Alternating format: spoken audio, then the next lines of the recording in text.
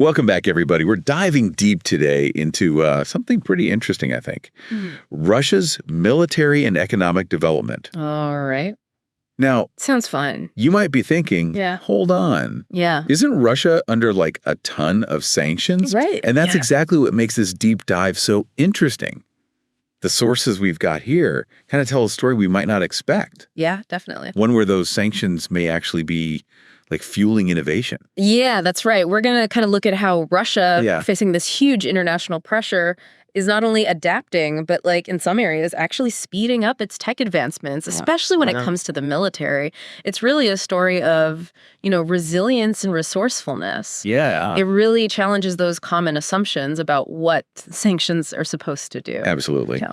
All right, so let's just jump right in. Let's do it. One of the things that really caught my eye was the story of the Privet 82 drone. Okay.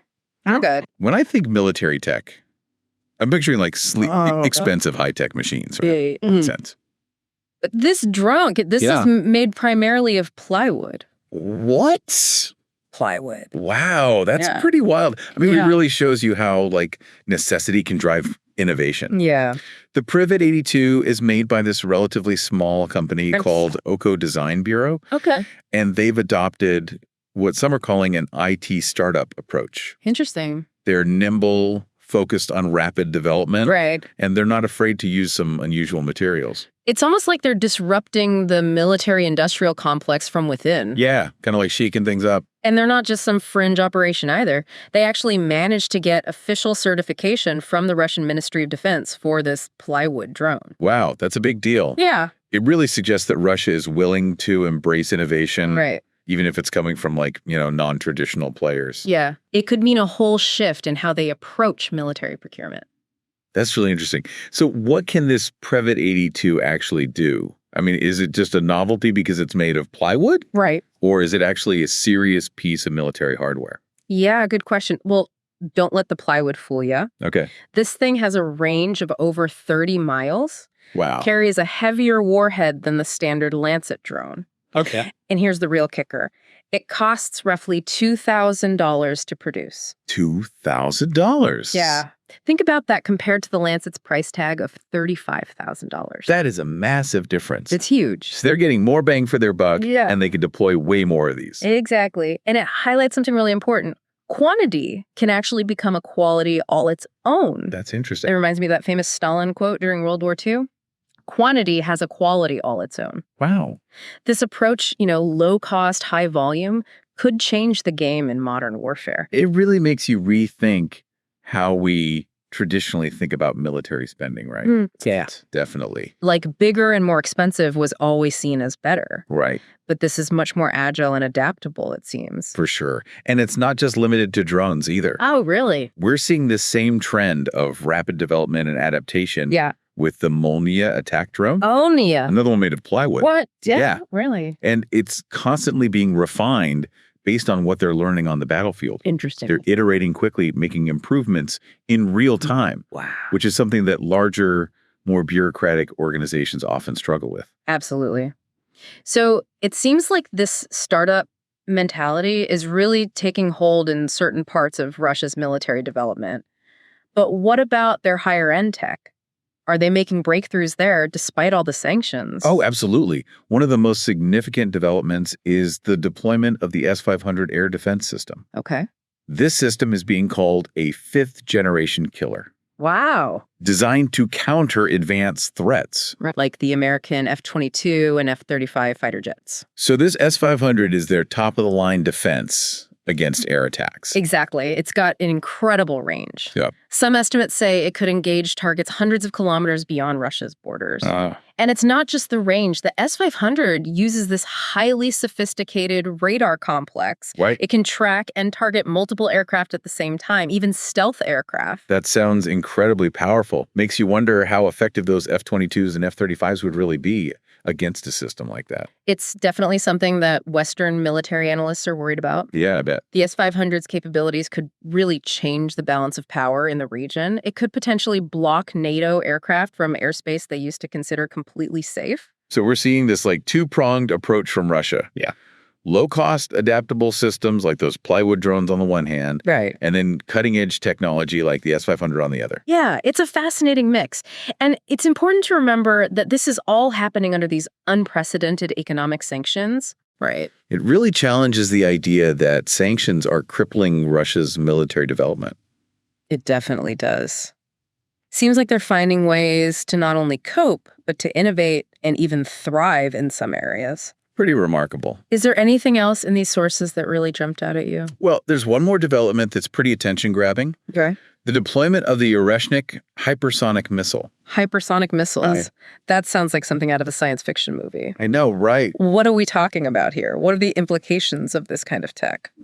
So the Urashnik is a big deal, not just because of its speed and maneuverability, right, but also its potential range. Reports suggest it could hit targets like London in under 9 minutes if launched from Belarus. 9 minutes? Yeah. That's barely enough time to make a cup of tea. I know, right? Let alone scramble a defense. Exactly. The speed and range of these hypersonic weapons like the Urashnik, they pose a huge challenge for current missile defense systems. They basically shrink the decision-making time for any potential countermeasures, makes them incredibly difficult to intercept. And the fact that it could be launched from Belarus just adds another layer of complexity to the situation. Absolutely. Belarus being involved gives Russia a strategic launch pad much closer to key European targets. Yeah. Raises all sorts of questions about potential escalation and the geopolitical implications for the whole region. So we're seeing these advancements in drones, air defense systems, and now hypersonic missiles. It's like a picture of a nation that's not just surviving under sanctions, but in some ways using them to become even more innovative. That's a key takeaway here for sure. Russia's military development, it's not standing still. Right. It's dynamic, it's evolving, and it's happening at a pace that's surprising a lot of people. It really speaks to their adaptability and their willingness to try unconventional approaches. It's definitely a lot to think about. We've covered a lot of ground here in this first part of our deep dive. Yeah. But there's still so much more to explore. For sure. We need to dig deeper into what these developments really mean, both for Russia and for the balance of power around the world. Absolutely. Stay tuned for part 2, where we'll continue unraveling this fascinating story. Definitely. I'm looking forward to it. Really makes you think, it's a stark contrast to what we usually hear, in the West. Yeah. That whole idea of sanctions were going to cripple Russia's military. Right. But what we're seeing, a nation pushing boundaries under pressure. It's almost like those sanctions were like an accidental catalyst for innovation. Yeah, definitely. We were talking about the Privet 82 drone made out of plywood. Right. But it's not even just about saving money. It's about being adaptable. Right. Think about it. Easy to repair. Yeah. Materials are readily available. Yeah. That's a huge advantage. Huge. Logistically in a long conflict. Absolutely. It changes how we think about warfare. Right. It's not just about having the fanciest tech. Yeah. It's about having tech that works. Yeah. That you can change. Yeah. And that you can use quickly. Right. And in big numbers. Right. And that's where Russia seems to be ahead of the game right now. We're seeing this adaptability. Yeah. Not just in the hardware. Right. But also in their whole approach. Remember we talked about Oko Design Bureau? Yeah, yeah. The company behind the Privet 82. Right. Their IT startup model seems to be catching on within Russia's defense sector. And it's not just Oko either. We're seeing more and more of these smaller, more agile companies contributing to Russia's military development. Yeah. They can innovate quickly. They're not bogged down by the bureaucracy that slows down those bigger state-run corporations. It's amazing how they're taking these private sector ideas. Yeah. And using them in their military-industrial complex. Yeah. It's like they're learning from Silicon Valley. Totally. And it's working really well. Yeah. These smaller companies are nimble, they're innovative, and they're not afraid to take risks. Yeah. They're coming up with solutions that are specifically designed for the challenges Russia's facing, both on the battlefield and with those sanctions. Speaking of challenges, let's talk about the S-500 air defense system. Okay. It's obviously a very sophisticated piece of tech designed to counter some of the most advanced aircraft out there. Right. But how does it fit into this whole picture of Russia's military development under sanctions? So the S-500 is a perfect example of Russia's commitment to staying ahead in tech, even when they're under pressure. To develop and use a system like this takes serious resources and expertise. And the fact they've done it with the sanctions in place, it really shows what they're capable of. It seems like they've had to overcome some big obstacles to get this far. Definitely. How have they managed to work around the sanction and keep these projects moving forward? It's a complicated mix of strategies, really. They've focused on import substitution. Basically ramping up domestic production for those key parts. They've partnered with countries who aren't exactly on the same page with the West. And they've used their strengths in areas like engineering and materials science. So it's not just finding ways around the sanctions. It's about building a more self-reliant and resilient economy. The sanctions, in a way, they've kind of forced Russia to change things up. Become less dependent on imports. Encourage innovation at home. It's a long-term plan, and it could have impacts far beyond the military. So we're seeing this interplay between necessity and innovation. The sanctions have created this pressure cooker, but Russia seems to be using it to their advantage, developing new tech, new approaches to maintain their military strength. And it's not just about holding on to strength.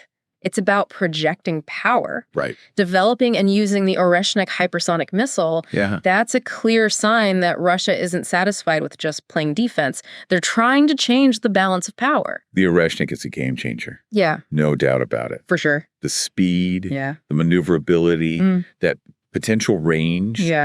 It's a weapon that can bypass current defenses. Absolutely. And hit targets deep inside enemy territory. Incredibly fast. It's forcing everyone to rethink their strategies, both Russia and their opponents. The old rules are changing. It's a lot to take in, honestly. It really makes you question your assumptions about how sanctions are supposed to work, about what Russia can do, and about the future of warfare itself. And it's super important that we deal with all of this. We need to understand what's driving these technological advancements, the strategies they're using to beat the sanctions, and what it all means for global security. It's clear that we're moving into a new era, one defined by these rapidly changing technologies and shifting power dynamics. Absolutely. And as we go into the final part of our deep dive, we need to ask ourselves, what does it all mean? Good question. What are the long-term consequences of all this? What are the potential scenarios that could unfold in the years to come?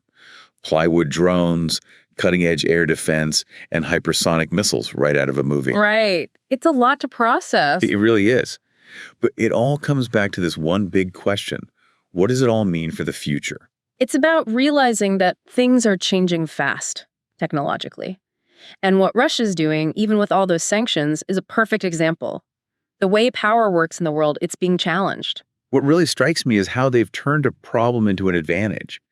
The sanctions were supposed to hold them back militarily, but it seems like they've accidentally boosted their innovation. Makes you wonder, what happens long term? Well, one thing that could happen is that military power becomes more spread out. Russia's showing that you can develop serious weapons even with tough sanctions. Other countries with similar restrictions, they might get bolder. Imagine a world where more countries have things like hypersonic missiles or advanced air defense. It's kind of a scary thought. Could make things a lot more unstable and unpredictable. Exactly. If these technologies spread, any potential conflict becomes more dangerous. Deterrence gets more complicated, and the risk of miscalculation goes way up. It's not just about the tech itself either. It's the message it sends. Russia's proving it can't be easily contained. They're adapting, innovating, and projecting power in ways very few people saw coming. And that message is being heard loud and clear all over the world. Other nations have to rethink their strategies. They need new approaches to defense in a world where the old rules don't apply anymore. So what do we do now? How do we deal with this new reality? First, we need to understand it. We have to get past the simple stories and really dig into the complexities of all this new tech. We have to analyze not just what these weapons can do, but why they're being developed, the strategies behind them. It's not all about military answers either. We need to think about economic strategies, diplomacy, and ways to work together internationally to reduce the risks of these new technologies. At the end of the day, we're all in this together. These challenges are global, and they need a coordinated, thoughtful response from everyone. That's a big ask, but the stakes are incredibly high. We need open and honest conversations. We need to challenge what we think we know. And we need to be creative to find solutions for a safer and more secure future. That's probably the most important thing to take away from our deep dive today. It's not about predicting the future perfectly. It's about being ready for different possibilities and being willing to adapt as the world changes. Well said. To everyone listening, keep those minds sharp, stay curious, and never stop questioning. Because in a world that's changing so fast, the best thing we have is our ability to think critically and adapt. And remember, the future isn't set in stone. We shape it with the choices we make today. So let's make good choices, let's talk to each other constructively, and let's build a future where technology helps humanity, not the other way around. That's a fantastic note to end on. Thanks for being with us on this deep dive. Until next time, keep exploring, keep learning, and keep pushing the limits of what you understand.